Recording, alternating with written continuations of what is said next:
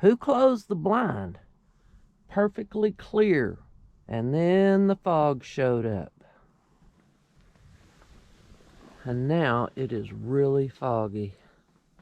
Well, now he hung back up in the bush. Come on, buddy.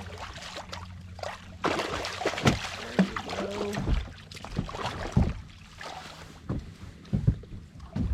It's all wrapped up, tangled up. Come here.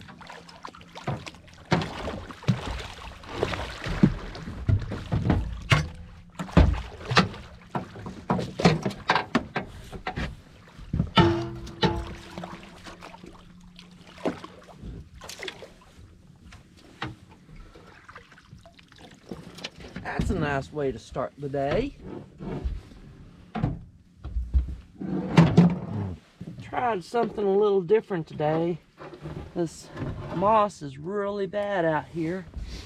And so I put a big orange cork on it to keep the bait out of the moss. And it worked. This guy decided he wanted a bite. Kept it up to where he could find it. He's talking to us.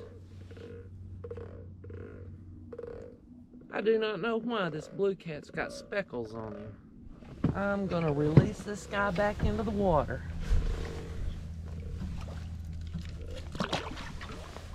And he's gone.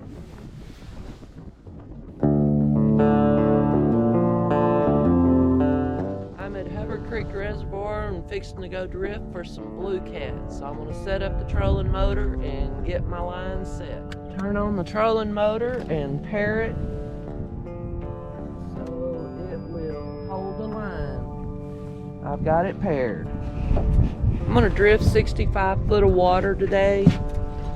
This time of year the fish are in deep water. That's where the bait fish are. They follow bait fish, and it's pretty chilly out here, so my hands are a little cold. But I like to catch fish, any kind of fish, it doesn't matter what kind. Today I'm after the big blues. I've got my drift set.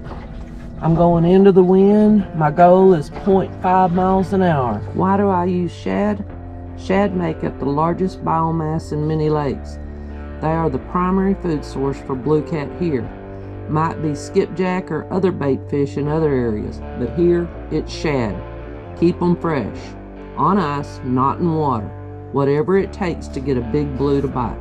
Go big or go home. I caught shad yesterday, so I didn't have to do it early this morning. I'm cutting my shad into pretty big chunks. Hopefully that will attract bigger fish. Sandy Cooper rig. I've got a weight that's a pencil weight that will drag along the bottom and not get snagged as bad. Got a 50-pound shock leader on here. Then I use a cork about 2 to 3 inches above a hook. I've got 4 rods across the back that I've put bait on. I'm going to put these out as much as 200 foot behind the boat. But I'm going to be running up to 65 foot of water.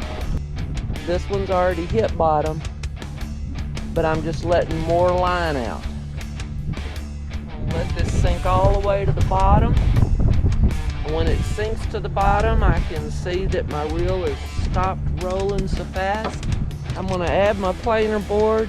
These have clips on them. The back one has a little tit on it that will hold the lines, so if I do snag up and break my line, I won't lose my planer board, or I won't have to go back to get it and just reel it up. I'm going to let these planer boards run back 150 feet or so I can get a good spread and cover more water. I love drifting. Covers so much more water. Instead of waiting for the fish to come find me, we're going and looking for the fish. When it gets to summertime, I don't drift deep water. There's a thermocline that establishes, and there's no life down there because there's no oxygen. Fish have to have oxygen too. During the wintertime, The cold water sinks to the bottom, warm rises. So that cold water sinking to the bottom, it carried the oxygen with it, so there's life down there. I can look at sonar, I can see big bait balls. I can see there's life down there. The purpose in the 3-inch cigar float on a Santa Cooper rig is to keep your hook up off of the bottom so it doesn't get snagged. These were bought from Catfish Connection, and it's got a big slit here, which is different than the ones that I've been buying at other places. The split makes it nice because you can take it off and on your line. When fishing in shallow water, you want to take the float off because the bait will float up if you get slack in your line. Wow, look at all the shad. 60 feet of water, 48 degrees, and tons of shad. Damn Skippy, we're about to catch a fish. This one's getting a little nibble. Somebody's nibbling on it. So I'm gonna let the line go slack just so that the bait will stop for about 10 seconds or so and give him a chance to pick it up. Sometimes that works.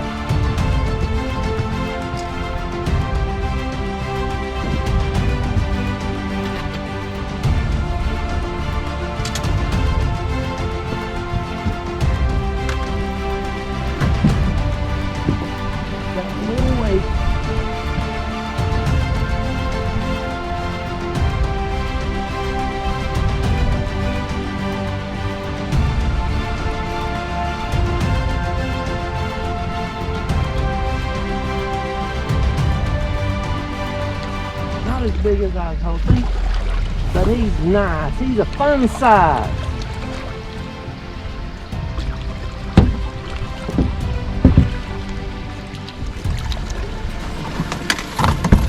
And of course the dip net's tangled up, always. Anything that can go wrong will go wrong.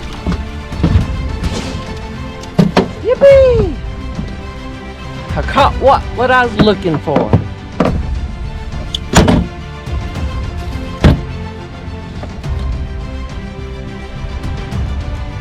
And he's gonna try to bite me.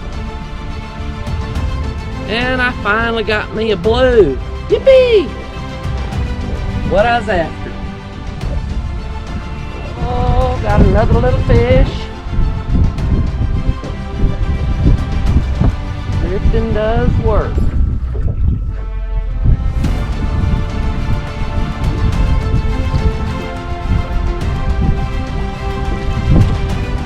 And how about that? Just like that, another little blue. Good eater.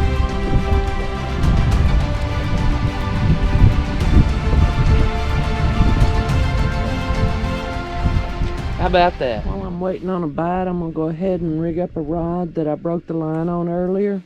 For my shock leader, I use Trilene Big Game by Berkeley, 50 pound. I like my leaders about 2.5, 3 foot long. And I'm gonna go ahead and tie it on to a 3-way swivel. I'm gonna just use a polymer knot. I'm gonna double the line over. Feed that through the eye of my swivel. Tie a single loop knot and then loop it back on itself and pull it tight. These are a really strong knot and they tie really fast. Now that I've got that end on, and I want to tie on my leader first. Reason being is I can't use a polymer knot on the end for my line if I put it on my line first.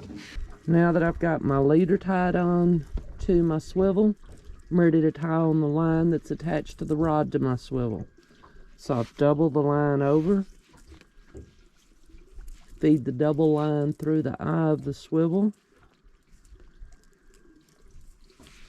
make a single loop knot, and then pull that back through and then pull it tight. As you can see, these are a really quick knot to tie and they're really strong. Now I'm going to use this clip to attach my sinker. I found that if I go ahead and unclip both sides, it's easier to spool it all the way around this way on my swivel, and then I can go ahead and clasp this back together and then add my sinker. Using a 3-ounce pencil weight sinker, same one that I drift with. That way it doesn't matter if I'm setting shallow fishing or drifting, I don't have to change out my sinker. This time I've already got my swivel attached to my rod, so I can't use a polymer knot this time. So what I'm going to do instead is I'm going to use a uni knot. I'm going to thread my mono through the eye, double it over, and make a loop. And then I'm going to wrap 4 times.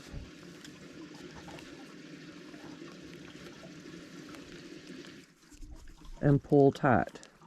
And then pull it down against my sinker. This is another really strong knot.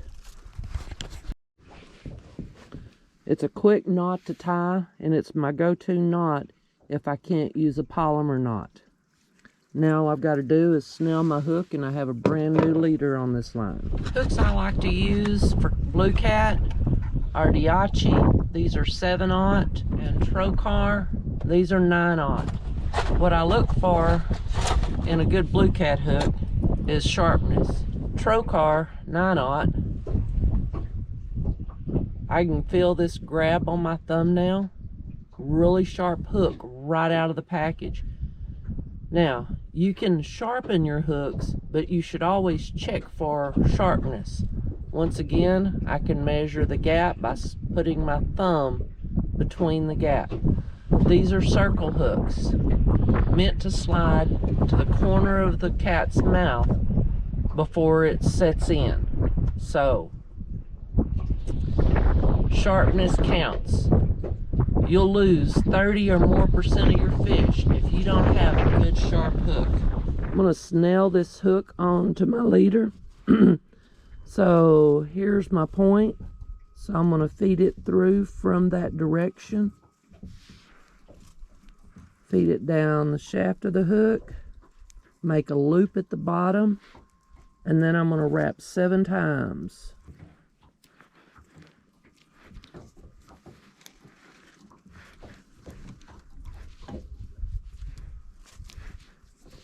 Make sure that you don't let the line overlap on itself. You want a nice tight spiral. Then take the end, put it back through the loop that you left at the bottom, hold it tight, and pull until it slides up against the eye of the hook. And there you have a pretty nice snelled hook on your leader. Trim off the excess that you've left on from your snell and from your swivel.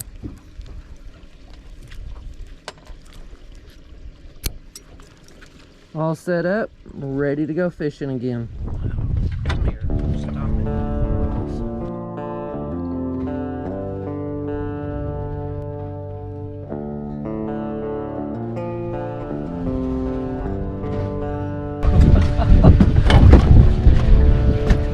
Wiggles.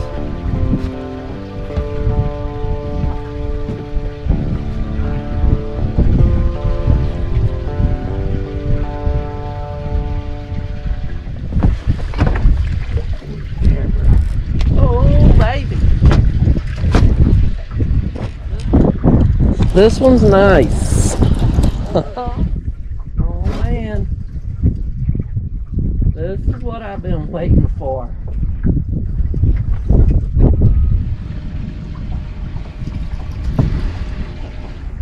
Oh man. This is what I've been waiting for.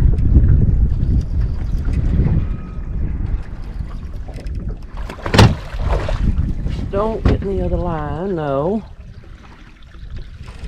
Now he's buried in the moss.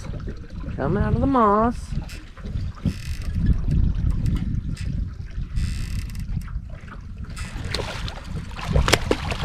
Oh, I'm gonna wrap him up in that other line. We'll deal with the line in a minute.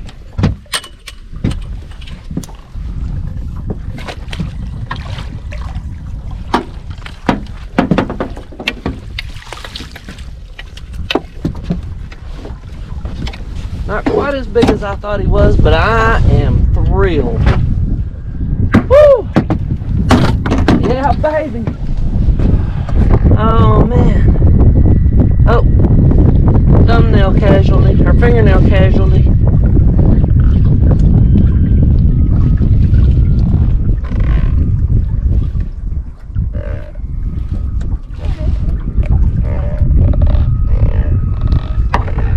And hook is out. Oh, he's still got a lot of fight. And just like that. Yes, what I've been looking for.